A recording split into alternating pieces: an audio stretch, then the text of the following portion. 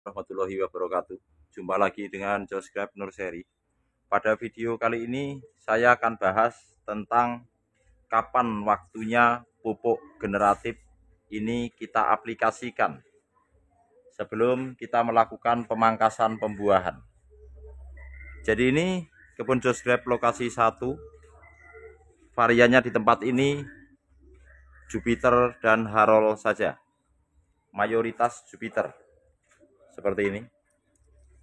Jadi sebelum kita melakukan pruning pembuahan, kita harus mengaplikasikan pupuk generatif agar kita mendapatkan hasil maksimal setelah kita lakukan pruning. Tunas air di cabang tersier sebaiknya kita buang dari awal. Tetapi di tempat ini karena kebun saya ada di 4 lokasi, ada beberapa cabang yang belum kita buang, yang masih ada tunas airnya seperti ini. Jadi pertama-tama tunas air ini kita biarkan seperti ini. Ulangi. Pertama-tama tunas air ini kita buang. Maksud saya itu bukan kita biarkan, tetapi karena ini baru sempat, jadi baru saya buang hari ini. Seperti ini. Sulur juga kita buang begini. Oke. Dari sini panjangnya ke sana 1 meter. Ujungnya ini kita hentikan. Nih, seperti ini. Kita stop. Sulur kita buang. Tunas air terujung saja, 3 tunas air yang kita pelihara. Nanti kita asal break di ujungnya. Kita punya waktu 4 minggu untuk melakukan pemangkasan setelah ini. Jadi ini kita akan aplikasikan pupuk generatif untuk pertama kali. Sebelumnya kita aplikasikan POC dari urin kelinci. Selalu menggunakan urin kelinci di kebun Josgrab Nurseri lokasi 1 ini. Dari awal tanam. Ini POC yang kita gunakan. Jadi ini POC yang sudah kita fermentasi dari urin kelinci, nanas, buah maja atau isi buah maja dan daun kelor. Kita blender, kita masukkan ke urin kelinci lalu kita fermentasi. Oke. Jadi sebelum kita melakukan pemangkasan pembuahan, pohon kita siapkan dulu dan kita aplikasikan pupuk generatif. Apakah tanpa pupuk generatif pohon ini bisa berbuah? Untuk varian Jupiter bisa, tetapi kurang maksimal. Jadi kalau ingin hasil terbaik dan maksimal, kita cukupi isinya. Jadi setelah foundation pruning, kita seminggu sekali aplikasi POC dari urin kelinci. 2 minggu sekali kita aplikasikan NPK. Kita tabur 2-3 minggu. Intervalnya kalau masih subur 2 minggu, 3 minggu, tapi kalau masih kurang subur 2 minggu sekali. Jadi ini hasil fondasi pruning, kita pangkas, tumbuh. Tunas air sudah kita buang, sulur kita buang seperti ini. Ini tunas air harus kita buang. Oke, ujungnya kita stop. Nah, lalu kita aplikasikan pupuk generatif secara spray. Nanti di konten berikutnya saya contohkan aplikasi pupuk generatifnya karena belum saya siapkan. Jadi intinya aplikasi pupuk generatif akan saya lakukan secara spray dengan menggunakan MKP saja. Karena untuk unsur hara lainnya sudah kita dapatkan dari POC, dari urin kelinci dan NPK Ponska Plus yang saya aplikasikan. Jadi untuk fase generatifnya di tempat ini saya akan spray MKP saja dengan dosis 4 sendok makan per tangki isi 16 liter. Cabang ini sudah besar, sudah lebih dari sedotan. Nanti pada saat kita akan melakukan pruning, sudah ideal untuk kita lakukan pemangkasan karena kita masih punya waktu 4 minggu atau sekitar 1 bulan. Jadi nanti pas. Kita akan aplikasikan hanya 2 kali untuk pupuk generatifnya.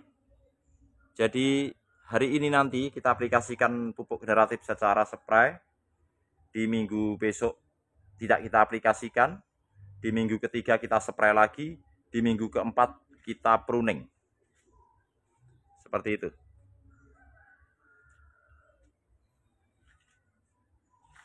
Cabangnya juga sudah cukup bagus. Di fase ini yang perlu diperhatikan adalah kesehatan daun. Jadi daun-daun ini hindari terserang hama dan jamur dengan kita rutin mengaplikasikan fungisida dan insektisida. Di tempat ini fungisida yang saya gunakan Amistar Top, inseknya Abacel yang berbahan aktif abamectin.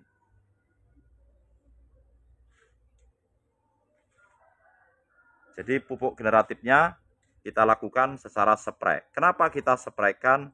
Yang pertama, menghemat tenaga dan menghemat pupuk juga. Itu alasannya. Dan efektif untuk skala perkebunan. Kalau untuk dikocor, pertama lebih boros dan boros tenaga juga. Jadi seluruh kebun saya untuk pupuk generatifnya saya spraykan. Cukup 2 kali saja. 1 minggu pertama kita spray, minggu kedua kita berikan POC, minggu ketiga kita spray lagi, minggu keempat baru kita lakukan pruning pembuahan. Jadi penting kita menjaga kesehatan daun sebelum kita lakukan pruning pembuahan. Jadi subur dulu, jaga tanam tetap sehat, pupuk sesuai dengan kebutuhan. Jika pupuknya di fase vegetatif kita menggunakan pupuk vegetatif dengan memberikan unsur P dan K. Fase generatif kita tidak aplikasikan RN, tetapi kita berikan pupuk yang mengandung fosfat kalium tinggi untuk merangsang tanaman fase dari vegetatif ke generatif. Jadi fase pembuahan, sehingga ketika kita pangkas berhasil membawa buah sesuai dengan yang kita harapkan. Aplikasi pupuk secara spray 4 sendok makan MKP dengan 16 liter air. Itu ukuran yang saya gunakan untuk aplikasi di fase menjelang pemangkasan atau generatif. Jangan lebih dari 4 sendok makan ketika kita campurkan dengan air 16 liter, kita spraykan dapat menyebabkan daun gosong dan terbakar karena OD.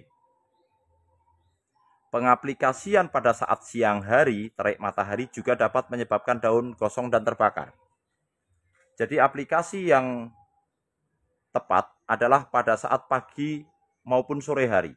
Jam 7 sampai jam setengah 10 pagi, jam 3 sampai jam 5 sore. Di 2 waktu itu tanaman ini kita aplikasikan pupuk generatif. Boleh pagi, boleh sore. Kenapa di 2 waktu itu? Di 2 waktu tersebut adalah waktu di mana tanaman berfotosintesis. Setelah mata daun sedang membuka. Di mana tempatnya stomata? Di bawah daun seperti ini. Jadi kita memberikan makan pada tanaman pada saat mulut daun ini sedang membuka. Di luar jam-jam tersebut stomata menutup. Jadi stomata membuka di jam 7 sampai jam setengah 10 pagi, itu untuk di pagi hari, dan sore jam 3 sampai jam 5 sore. Selain terhindar dari tanaman gosong dan terbakar, pupuk yang kita berikan dapat lebih efektif karena kita memberi makan pada saat tanaman ini sedang membuka mulutnya. Stomata tempatnya balik daun dan bisa membuka dan menutup seperti mata pada jam-jam tertentu. Jadi tanaman ini menyerap unsur hara dengan 2 cara, melalui akar di sana, di perakaran. Berarti kalau kita akan memberi makan lewat perakaran, kita akan aplikasi pupuk secara kocor maupun tabur. Dan melalui daun. Dan stomata itulah yang nanti akan memakan nutrisi yang kita berikan. Karena itulah banyak pupuk digunakan boleh dengan 2 cara. kocor, dan spray. Yang penting memperhatikan dosis dan waktu pengaplikasiannya. Jadi nanti tidak salah karena dapat menyebabkan daun terbakar jika panas-panas di spray. Sudah cukup bagus. Ini keluar buah seperti ini kita buang. Kita tidak menginginkan tanaman ini berbuah dulu. Jadi ini mayoritas Jupiter dan Harold. Di tempat ini Haroldnya cuma 3 atau 4 pohon, tetapi yang lain secara keseluruhan varian Jupiter. Kalau yang di sini kita buahkan beberapa pohon. Sampai sana. Kalau yang di sini seluruhnya buahnya kita buang karena kita menginginkan hasil terbaik pada pemangkasan berikutnya. Ini seperti ini. Ini harus sudah mulai kita hentikan. Nanti di 1 bulan kemudian batang ini sudah seukuran pensil dan daun terujung ini sudah ukurannya sama dengan di depannya. Dan kita akan melakukan pruning di bud ke-6 sampai ke-8 secara keseluruhan untuk varian Jupiter dan Harold di tempat ini.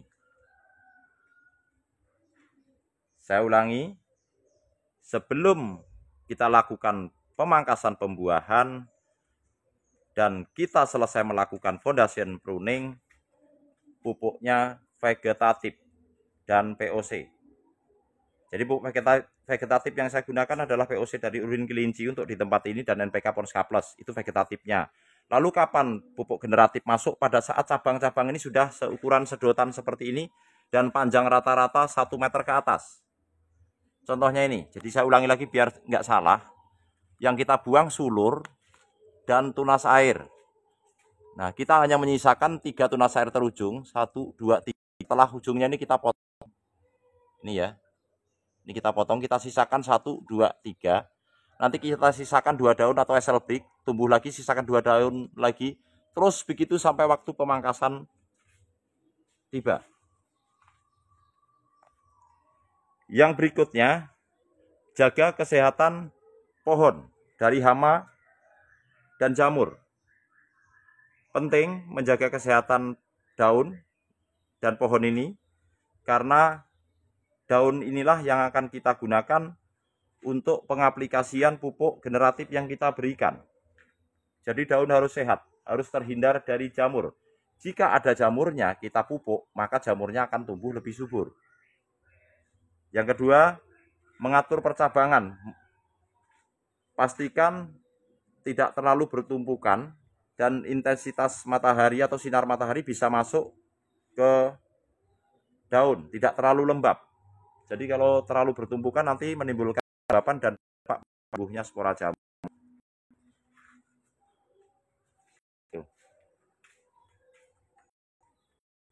Pupuk generatif cuma saya aplikasikan 2 kali ya.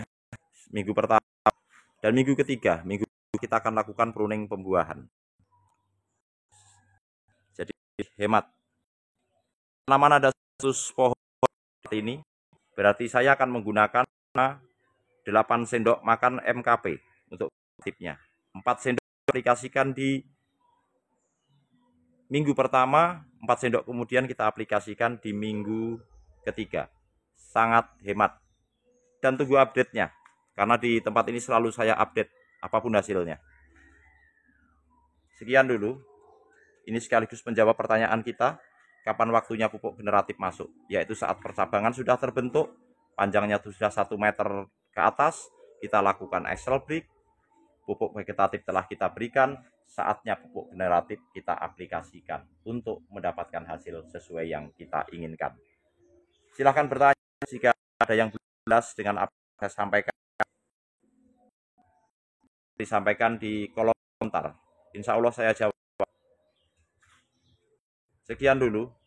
Semoga video ini bermanfaat, menginspirasi. Kebun Josgraf dari Logis. Terima kasih. Wassalamualaikum warahmatullahi wabarakatuh.